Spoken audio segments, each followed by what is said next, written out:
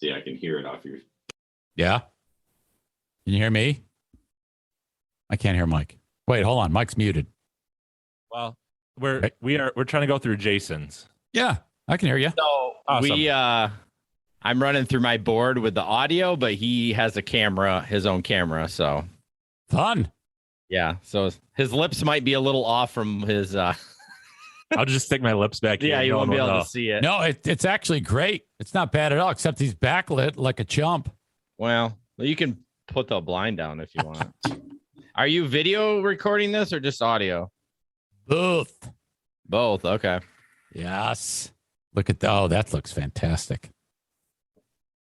Mm-hmm. Got your little screens over the mics there.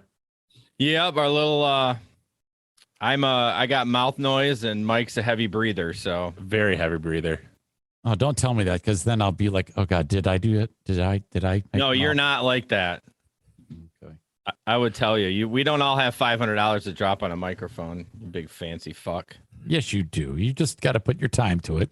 Couple months of savings, you can absolutely do that. I just bought a new pair of headphones. It's coming from Sweetwater.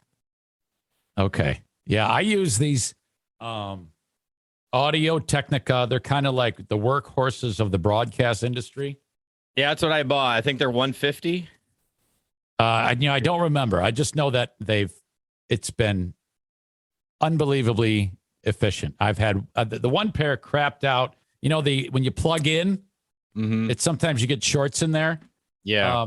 And I don't know how to fix those, but I know people who do know how to fix those. Okay. So then I pass buckets of, or what do you call it? Bins of headphones. Hey, can you fix these? But these ones haven't done it. So. Well, at least for that. No, yeah, these are cheap $30 ones, and I wear them so much the foam's kind of worn out of them, and I'm like, I need something. The bright red looks like something a child would wear. Yeah, the whole studio has them. Let me tell you, They sell them in black, but Jason bought the red. I like red. Mike, nice to meet you. I'm Eric. It's very nice to meet you, Eric. You, I need to know something about you on our first ever crossover episode. How do you fit into this? You known Jason a long time, or what's going on? No, so I went to college with Ben. Okay, and then I reached out a year ago and said, hey, I would love to be on Threads, and I was on Threads, and I got to know Jason and Ben really good, and that's how I'm here. Yeah, he was basically a super fan. And then kind of reconnected with Ben, and then me and him, and then nice working out together. And so I fangirled myself onto the show. Is really what I did. Okay, that's cool. Now, did you have the beard before you met Jason, or after? Yes, had it before Jason. I did not do this to copy Jason. It has gotten longer though. Yeah, it's time to cut it though. No, it's getting a little bit scraggly. Well, it's amazing the passage of time, because Jason, as the beard becomes more and more white, it's becoming a shocking white. I don't recall it looking like that when we first kind of started to chum around a little bit. Yeah, I haven't really. I'd be interested to look at old photos, because I've had it for a while. But yeah, Did you used to dye it? Did you used to dye it or something? No. Oh, never. Ugh. I want you to be you've got the perfect beard. You ever be looking on Facebook and you see an image of some dude who's 68 and just jacked? Have you seen that guy? Yeah, and then, I know what you're talking about. You know what I'm talking about? And then it looks fake. He's so jacked. And it says secret to age or something like that. He's got that beard. So, well, all you need to do is just a couple aerobics classes and you'll be just like him. Oh, yeah. And a lot of steroids. Oh, shit. Oh, my God. Well, okay. So you're off and running, Mike. It's relatively new to the Threads podcast. I think you became a full-time co-host with Jason in the last month or so, right? Yep. In the last month, full-time co-host with him. We've been trying to figure out our jam and rhythm together. And your jam. Yes. Okay. Our vibing, as we say. Honestly, I've had so much fun recording with Mike. Him and I just seem to vibe really good together, and we laugh a lot. Oh, good. Yeah. So it's fun, and I'm that's really cool. That's really excellent. I gave you guys a homework assignment. Did Jason pass along the homework assignment? Yes, he did. Okay. I think I just worded it as, hey, let's each present a story and kind of just kick it around a little bit, you know? Okay. Yeah. Okay. Ours are pretty uncomfortable. At least mine is. Oh yeah? Yeah. Well, are you volunteering or should I go? Or should Mike go? No, I'll go first. Oh, please do. So one of the things that I've been seeing around, other than like Ukraine and Russia and stuff, is Texas governor pushes to investigate medical treatments for trans youth as child abuse. So this is a transgender topic. And basically what it talks about is if you give any person under 18 a surgery or hormone pills or anything like that, the governor wants to label that as child abuse. So there's two levels here, right? There's the child abuse, which I think is stupid, and the opinion on my end, which Mike was really nervous about me saying this, is that I don't think if you're under 18, you should be able to do that. Like the surgery for sure, no. And I guess some of the drugs maybe, but you can't vote. You can't go to war. You barely can do anything. Why would, and you're still growing. I just think that's a bad move. Well, I see what you mean because such a heavy, profound decision. Yes. And tough to take that one back. As much as I would love to say, make this really interesting and disagree with you, I am not going to. Because anybody who drops that type of heaviness, I think that when you're young, I think I don't even think guys start thinking straight till they're like 48. Yeah, I even mentioned that to Mike. I was like, I didn't grow up till at least 31, 32. Yeah, so no, but so when they say child abuse, so who would be charged with child abuse? The physicians or the parents or what? I believe the parents. I can go back and look at that. Either way, that's still. Yeah. I don't. I have to think about that one. I don't know. That might be just a step too far. I think that if you take care of the first one we talked about, we don't really have to deal with the second one. Yeah, but it just I am all for transgender and everything like that. In fact, through this podcast, even with Ben a little bit, and this podcast has really changed the way I think as far as like social issues on the more liberal side on social issues. I mean, and so I've been really supportive of this community, but I just think it's a little much I have a 14-year-old daughter.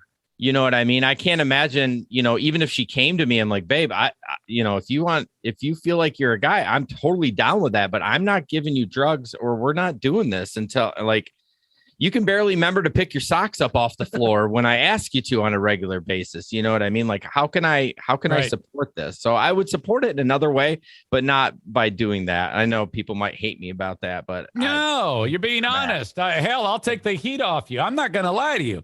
If my daughter says to me, I'm looking to gain a dick, I'm not happy at all. I'm sorry. I'm like, that's great that you're happy, but I'm going to be very, very upset about that. It'd make me very, very sad because I don't know. I just can't really get behind that. Now, if someone has already done it, if the next door neighbor says, hey, I'm a girl now, I'm like, you get them.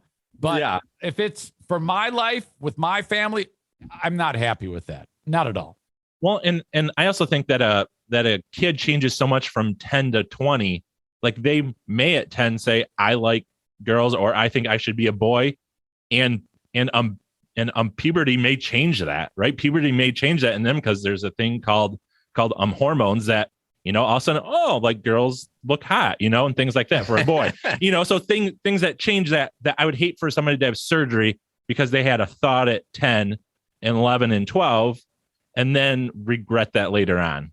I would go so far, and that's a good point. If my daughter said, hey, I think I'm going to become a boy, I would say, look, why don't you just become a lesbian? I'm not even kidding you. I would say, it sounds ridiculous to say, why don't you, if we like girls, why don't you just date both, do anything, but leave your body out of it, Well, that brings up a good question. And that's where I struggle with transgender. Like when you are a girl and go to a guy, like who are you into? Like that, are you gay? I don't know. It's very confusing to me, but I try to support them as much as I can. Because it's important to, like, we should be inclusive for everything. But yeah. No, I think that's fair. And I agree with that. We shouldn't, keep people away from the good things in life just because of that one thing. But and frankly, someone who's going through that, I mean, you and I'm assuming that we're all comfortable with who we are and what we are. Yes. We take that for granted, that stability. The person who is like the person in Texas or wherever who may be trying to change your identity or whatever. I mean, that's rough sledding. You almost have to just kind of be careful. You know what I mean? Because I wouldn't want someone doing something drastic because of their sexuality, Well, there's a lot of suicide in that area too. So it's like, correct. You want to be supportive. Like I said, if my daughter came to me, I'm super supportive, whatever you need up to this level. Like we're not going to get surgery. We're not going to pump you full of drugs, but whatever you want to do, your clothes, whatever, I'm supportive. But yeah, it's a hard thing to talk about for sure. Okay. Mr. Mike, you're up. Okay. So mine is, I just saw this stat and I don't have it in front of me, but it shows how much the uber wealthy have gotten richer during COVID, right? And they are making more and more money. Average people like Jason and I have stayed the same. Mount Weaver. And here's my question. Me too. Zane as well. So here's the thing I wonder. Is there a point where we tell the uber wealthy, congrats, you have one life, but like we are going to tax the heck out of you from now on. Like you have won, you have like $500 billion. You are good. We are going to say you have won. Here's a trophy. But you know what? We are going to tax you at 99.9% on everything else you make. So that's my thoughts on that. Well, yes, but so are they getting taxed because they're good at making money? Well, you explain that to me. I think at some point, like you have so much money, like does another billion really affect you versus like coming back to everybody else? And so like maybe like a trophy's just fine for them at that point. I don't know. Well, stick to your ground. I mean, you gotta dig your heels in when I tell you, right. You sound like a communist. Well, good. Good. I agree. I think that if you worked hard and you earned that money, you should be able to do whatever the hell you want on it. But I do hate people that haven't worked for it and are super rich. Like you got like these people that start from this small little company and they make it Amazon. Yes. Like he started in his garage, dirt poor, whatever. He can do whatever he wants. I don't like the people that like get inherited this money or they're, Bezos' kid and they're like having all that. I feel like it's a different level. Okay. Let's say Bezos' kid inherits all of his dad's money. But Bezos' kid got hit by a train and doesn't have legs. Is he allowed to just relax? No, because he can still use his arms and his brain. But again, I think, and again, maybe there's a different point. Maybe if somebody has $1 trillion, but at some point, I think we have to say, you know what, you have won, and you don't need any more of that. Thank you so much. Society has helped you. You are doing good. That would be great if they would tax them, but our government can't do anything with the taxes correctly. So I don't know if I'm a fan of that either. Doesn't it drive you nuts? We've heard this time and again when someone who's super wealthy somehow, because they're good with doing their taxes, you find out they haven't paid tax. Yeah. I mean, my God. Or what also drives me nuts is when you hear about the wealthiest of the wealthy, who, when they do something like go to space or whatever, and you think about all the money that if they chose to, they could probably single-handedly eliminate hunger in the world. I know. I mean, that's not like just a pipe dream with the amount of money that has been thrown around. Or you hear about Bezos' yacht. Did you see Bezos' yacht? Yes. Oh my gosh. The amount of dollar for that, because he built it from scratch. I mean, my gosh. And to think that guy is so much more wealthy now, and he gave half of his wealth to his ex-wife. Yeah, and she's given like, what did they say, like 2/3 of the money away to charity already. He's got to be going, son of a bitch. But So, like yeah. with his yacht, though, wasn't there a bridge over in Europe like that was being torn down so that he could get through? Yes. Yeah. Yes. Like, crazy. See, to me, at some point, he has enough money. Like, at some point, he has enough money. We're like, hey, congrats. You have this yacht. You have everything. You'll never run out. Thank you for paying the rest in taxes. The locals, I'm not sure. I think it was the Netherlands where he had it made. They're going to. So that's your people, Mike. Yeah, my Dutch people. Yeah. Yep. They're gonna. This bridge has been was destroyed in World War II. They built it back. It was a big moment. You know, the bridge is this fantastic looking bridge. I saw it a clip of it. He's paying to dismantle it and then build it back. And then the locals don't like that, so they're going to egg the boat. Oh, The locals are going to egg the boat as it goes through.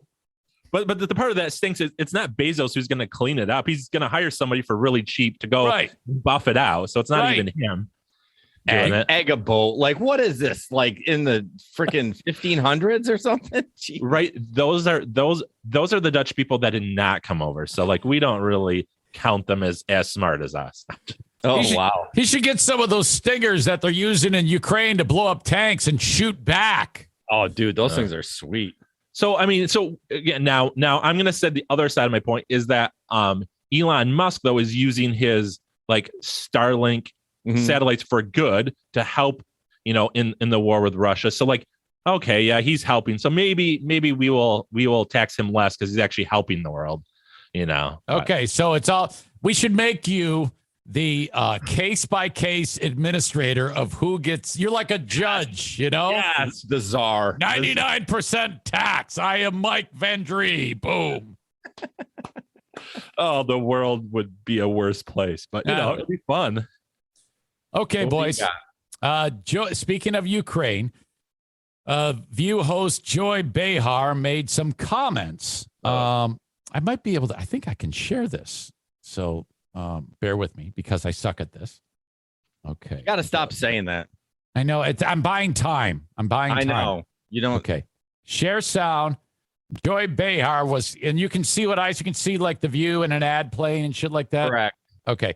This was on the View the other day. Joy Behar talking about, everybody's talking about Ukraine and, oh my God, this is terrible. Homes are being destroyed, dead children, dead moms. Estimates are 50,000 Ukrainians will be dead or wounded, and that this is going to start a humanitarian crisis, a refugee crisis in Europe. We're talking about 5 million people that are going to be displaced. I mean, it's heartbreaking to hear what is going to happen. Well, I'm scared of what's going to happen in Western Europe, too. Yeah. You plan a trip, you want to go there. I want to go to Italy for 4 years. I haven't been able to make it because of the pandemic. And now this, it's like, what's going to happen there? Yeah. Oh, wait a minute. So, okay, there's the one chick, I don't know who the hell she is, and it's going to be dead, 50,000 dead. I can't go to Italy. Holy fuck. God, these people are clueless of their speaking of the rich of the rich. Yeah. That is terrible. Now, this is a person who's been presenting for years. Right. And this boggles my mind. You know how tone deaf that is. Yeah. Mike knows how tone deaf that is. I obviously know. How come you don't know how bad that is? Oh, my God. Because she has not been taxed enough. No, I'm just messing. No. The czar speaks. No. So so here's my like unfiltered thought though. So I have a trip to Israel that popped up, and it has crossed my mind. Not like, oh, poor me, but like something may happen to my trip though if the war moves farther. So like I do get like she may be worried, but you don't just go on when somebody's saying so many are going to die and be like, oh, me as well, going to suffer really bad here, right? Like there's a point where like, yeah, you may think that, but you don't say that except for on the Zane show. That's the only time you can pull it off there. Sure. Oops. Sorry about that. Something's happening. Oh, stop. It's only on your end. Okay, good. Anyway, so just keep it to yourself is I guess my point, I think it's because nobody tells those people no. Like Megan checks me, I might say something. She's like, yeah, that was a little rough, dude. Like, you might want to tone it down. Like, yeah, I'm sorry. You're right. I gotta work on that or whatever. But I think these rich people, they're just walking around like no one said. They're all yes people. All their entourage or their assistants. They're never going to check them, and that's probably why she just said that. Oh my God. That is, and so the usual suspects reached out to The View for comment. No one had a word to say, but at the end of the day, this actually is not the worst thing. If you put your foot in your mouth, that is good for business. It is. The world discusses it. They talk about it. No one's talked about The View since the last time one of these morons did this. Isn't Whoopi on The View? Didn't she just do something a couple weeks ago? Yeah, with Jewish people. The Holocaust? Yes. Correct. Yes, she said. I'm gonna screw it up. It was something about it wouldn't be. It's not racist because everyone was white or something like that. What? Yeah, something like that. She hates white people though. No. Yeah, she was describing that. I mean, how can this be racist? She said it was more like just man's inhumanity to man. It was awful, the worst thing in the world. She was almost saying it's worse than being racist. But I actually defended her on my show. Did you? Oh yeah, big time, because I understood that what she was trying to say. I actually, before I destroyed her, I listened and I didn't pay attention to what everyone was trying to tell me how I should feel. And then I understood what she was getting at. But then she even caved and said, "Oh, I'm so sorry. I'm so sorry." It's like, no, dig your heels in. No. That show is a disaster. They need to just pull that shit off the air. I haven't listened in like 20 years. I don't know why I used to watch and listen. Yeah, I don't know why either, bro. I think because it was the only thing on, because we didn't have cable. So I think it popped on like when you were sick. Well, so more than 20 years ago, because I'm old. So that wasn't on that long ago, was I it? think so. I think it's been on for like 5 years. Jason, you scoff, but what they do is what we're doing right now. True. We are discussing things, And so I remember seeing that. And if any show I watch makes me go, what? Huh? That's a winner. True. That's what you want. You want them to pull something out of you. If I'm bored or I'm not paying attention, sucks. Yeah. No, I totally get that. That's why you need to get back on the radio, right? No, I don't know about that. That'd be terrible. The only hope that after the direction with saying whatever I want for years now, anybody who listens to the podcast heard radio, Eric, they'd be like, what? Yeah. What is this shit? Yeah. It would be terrible. I just honestly, it would be so weird for you would have to work on it. You would have to physically work on. I mean, I know you do the voiceover for the oldie station, but I mean, on a talk radio show, for you not to drop the F word. Oh my God, it'd be the worst. But we'd have a dump. And you know what? I would be very honest about that. Let's just say I was on a radio show, I would say, yeah, because the only way I would accept a job if I've talked about this, if the podcast was left alone, because I can promise you, whoever I work for would say, you can't do your podcast anymore. And I said, well, then I'm not going to take the job. Right. Yeah, why would you want to go into the office every day, deal with that bullshit, all the politics? Like I remember all the stories that you used to tell us, like that. You got it, man. This is the best gig in the world. Let me tell you. We're just scratching the surface on those stories too. There's so many other ones of just, I think one of the things that that I'm just so happy I don't have to deal with is pressure. Pressure. And I didn't really have pressure on Free Beer and Hot Wings because we had what I've described as the juice. We could do whatever we wanted. And so there was no pressure. It wasn't until I left that show and had to do my own show that's when I realized, oh boy. Now, prior to Free Beer and Hot Wings, there was a lot of pressure in other towns when I worked alone and things like that. That was scary. And then it went away. I had a great run with no pressure and then back into full pressure. And then podcasting, it's like, but there's pressure, but you can alleviate the pressure if you work. See, that's what I was going to say. I remember early on, you could hear it in your voice. You were up against it. And now, not that you're not still up against it. You're doing great. You're fine. You're comfortable, and you still have to work. But I can see what you're saying, but it's still a big load to have it up. Oh, that came out wrong. Oh yeah, it is a big load. I love it. Yeah. Hey, to have it all on your shoulders. I still can't believe you haven't hired somebody, at least like an assistant. Wait, for real? There's no assistant? He does everything. No way. Everything. That's crap. Yeah. But true. I totally believe you, but I can't believe that. I've figured out tricks. It's all about what can I do that can get whatever I'm doing done faster so that I can get to the next thing to do faster. Wow. So, and it's those first, a long time, year and a half. You're right. It was remarkably hard, but I was just lucky that the people didn't give up. I mean, some did. I mean, I've got the emails to prove it. I'm not listening. It's boring. It's like, oh no. So that was tough. But then I don't know, something just clicked. I guess you just kind of get more comfortable. Yeah. I mean, doing a solo show is definitely something that you have to practice, and that's why I try to like convince people who don't listen anymore. Well, like say, hey, I think I'm getting it now. If you could try it again, that'd be fun, please. Yeah, I would say the first 6 months were rough. Yeah, it was tough to listen to. You're by yourself. Like I started a little Hey Guys podcast, just like tips and tricks. It's the hardest thing I've ever done. It's 10 minutes. And I'm like, Jesus. Like, yeah. Well, the trick, one of the things is when you are finishing a thought and then you don't hear anybody respond, you get a little bit of anxiety. And then you repeat that 50 times in one show. By the end, you're a mess. Yes. Oh, yeah. I've noticed that I'll stop and just collect my thoughts and still let it record. It's not a video or anything, it's just audio. And it's totally fine because I'm by myself and I'm like, collect my thoughts. And I'll just cut that out when I edit. Yeah. Well, I think the thing for me was, and it's live. And it's live. You went all in. No one can say you didn't go all in. Jeez. So I think I remember when this started. I think you were in like your living room with like a fake tree. Is that true, or is that something like I made up? I feel like there's a fake tree involved. That was so when I got fired from Free Beer, I did it in my kitchen and then my living room. Okay, just a video camera. I wasn't mic'd. It was just the microphone that's on the camera.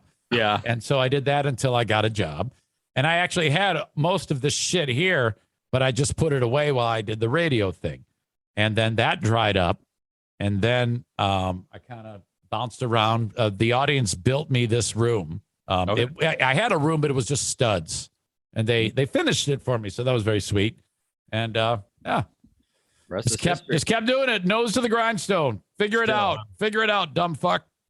Oh yeah. Well, I love all that radio talk and the stories. I love that shit. So I like telling it. I know that when I do talk about war stories of moments from the radio, like it has a little bit of a behind the music vibe to it. Yeah. You know, when people who may have listened to the radio show, but enough about me. What do you think? Yeah.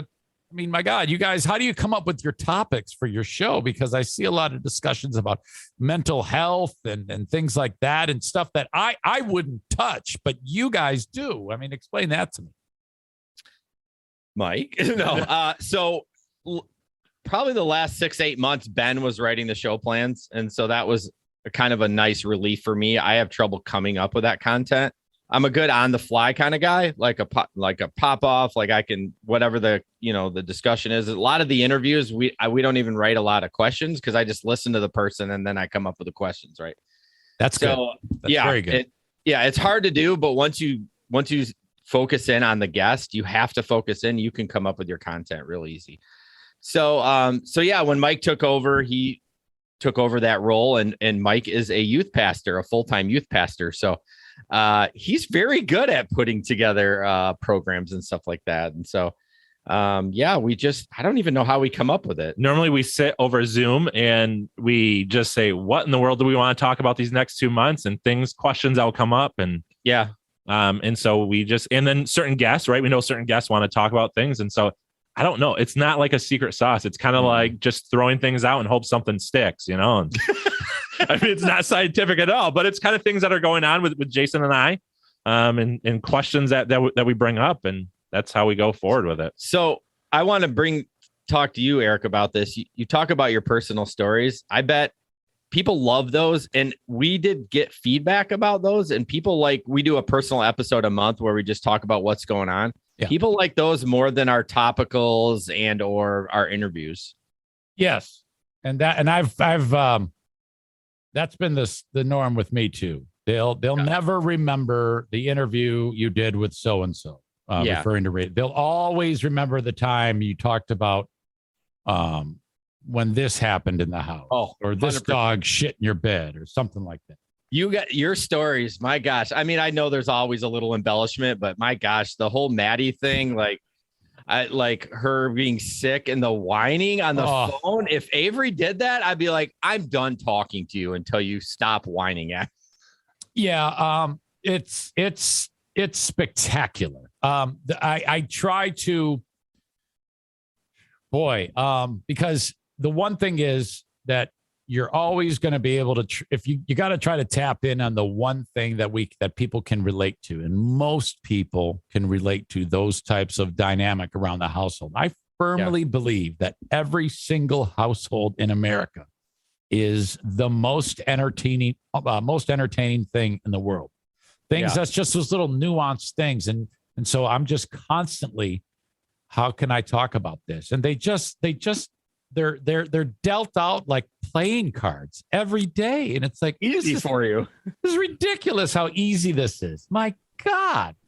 You just throw in a few stories from the world, mix in some war, mix in some pandemic, a little side of Tom Brady, and voila.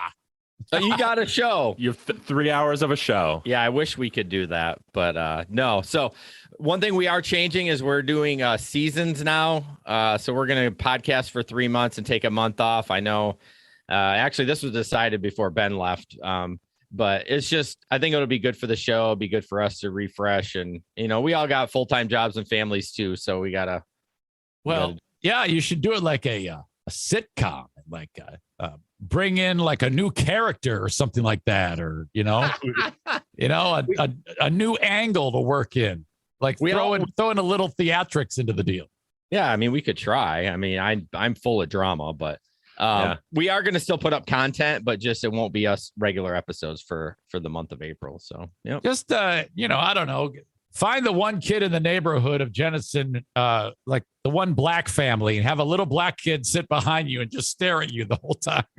That would be weird. And wait till someone says something before he goes home. Yeah, people are like, what in the world is going on with that kid behind you? Yeah, he just doesn't say anything. He just stares at the back of your head. Mike, question. Is youth pastor, is it non-denomination? Is it Christian Reform? What's going on in your world? It is Christian Reform. So I am like, except for we are CRC light is what I like to tell people. We're kind of CRC, but we're not that CRC. and anyone in this area kind of knows what that CRC is. The old stodgy, like suit coats and boring worship CRC. So we're not that, but we still are CRC. Do you answer to another entity?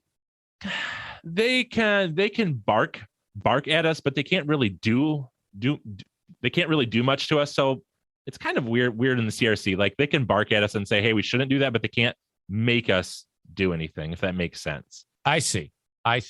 So we're starting Lent on Wednesday. Is that how does CRC approach Lent? So I don't know how normal CRC approaches Lent, but we are going to do it. We're going to do Ash. We're going to do Ash Wednesday, and we're going to do that with our students and children and adults, and we're going to do like the cross and all of that. I know we are. I was going to say the normal CRC they don't do nothing. I know. So we are kind of going opposite of the normal CRC. So we are going to be wild, and I don't know why my voice just cracked like I was 13. That's all right. Well, it's funny because when I moved here, it was at the time period, as it's been described to me, that there was some real butting of heads between CRC and Catholics. And I don't know anything about that. I just heard that there was a lot of like things like that. So us Catholics, which is me, we give something up for Lent. Is that something that you guys do? Yes, I have in the past, and like I think for my family, we are actually going to add something during Lent. Like That's true. Yeah, I've heard that too. so my son wants to read the Bible more, and so Right. he's going to add that to his daily routine because he wants to add that. But yeah, it's really cool. Like, you know, and I hate when like CRC and Catholics fight. Like, come on. We are on the same team. We're all Christians. Yeah, we're fighting over stupid things, and we're all like making each other feel hurt over it. Yep, so. yep. And Catholics do it too. I remember I walked up to Father Ron one time. I go, Father Ron. So I mentioned to him that a friend of ours attended used to go to our church, used to attend math. Now he became Christian Reformed. And Father Ron goes, tell him it's not supposed to be a show. Like Rock Band Church. That's exactly right. And I go, oh, hey, easy. I'm just the messenger. Don't yell at me, man. Oh, man. Yeah. So I'm doing that. I'm giving up sugar, and I haven't been to mass once. I've been to mass once in like the last year. So I am so not in a state of grace. And I talked about this on the podcast. I have to go to the priest and make a full confession. Have you been taking notes for all this? I know what I've been up to. Yeah. I know exactly what I've been up to. And so you got to sit in front of this guy and tell him exactly if he's serious. Because this is what I do. I fall off the face of the earth and stop practicing. Like I have stopped practicing Catholicism, and I feel like shit. So I'm like, now I got to sit down, and for Lent, I'm going to reinvigorate this. Okay. I am ready to go. So, but you can't just go and assimilate. You can't just start going to mass. That's a problem. That's sin on top of sin. Oh my God. So now I have to confess. And a lot of the audience members, some of them are like, well, I don't understand. You only have to confess to Jesus. Like, not in Catholicism. It's different. That's why y'all are weird. Like, exactly. They say weird. we're weird. It's so different. It's so different. They're not weird, Jason. Yeah, Jason, listen to Mike. We're not. Come on. They're just different. But so Jason kind of is on the same journey. So maybe Jason for Lent can copy Eric Zane. No, I haven't gone to church in a while, a couple of years. It's the pandemic. Oh, I'm getting right. I've got the fever.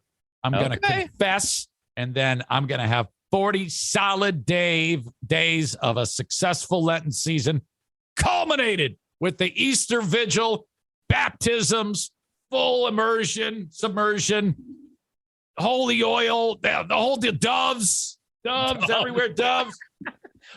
Where church are you going to? Oh, I can't wait. I am so excited. Well, I'll be proud of you if you can do the 40 days without sugar, because I mean, let's face it, that's so hard. How crabby are you going to be on your show every day without sugar the first few days? Well, and I'm glad you mentioned that, because outside of the cheesecake I had last night, the past few days, I've been no sugar.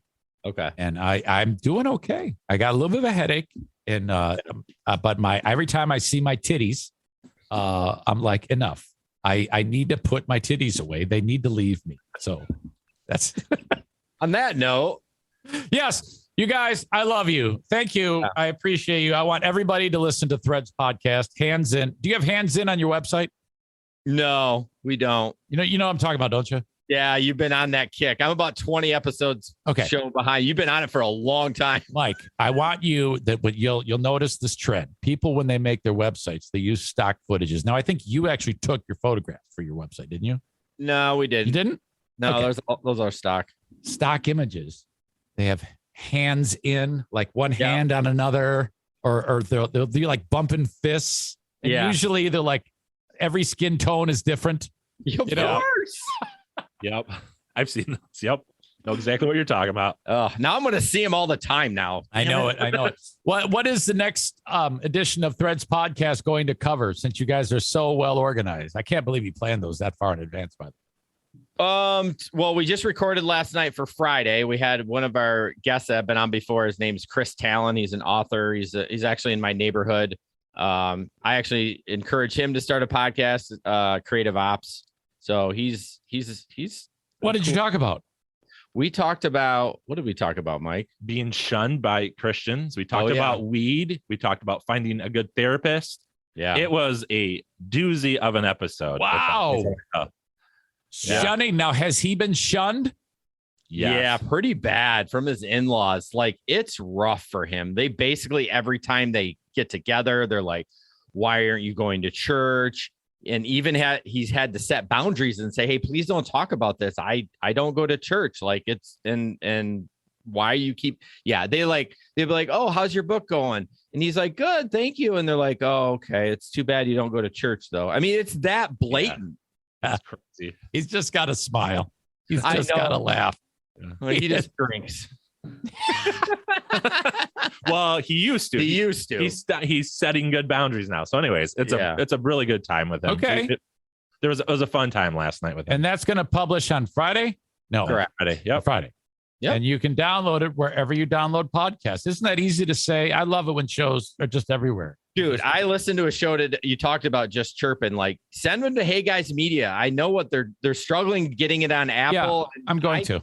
You should. I'd be like, you guys, 50% of people that listen to podcasts listen on Apple. Yes. Like, what are you doing? You're killing yourself. You're paying Zane all this money. Like, you got to get on Apple. Yeah, I am going to do that. They need someone to help them. So, okay. Yeah. Very good. All right. Okay, boys. Well, have a great rest of your day. I really appreciate the time. I really thought we hit it off wonderfully. I can't wait to do it again. Okay. Yeah, Awesome. we'll get you on our show sometime. We're going to shoot for March because we're taking April off. So. Yeah. Okay. I'm down, man. Just let me know. You know, I'll be here for you. All right. Sounds awesome. good. Thanks. Mike, it's a pleasure. Yep. All right. See ya. Okay, boys. Take care. Bye. See ya. Hands in. Holy shit.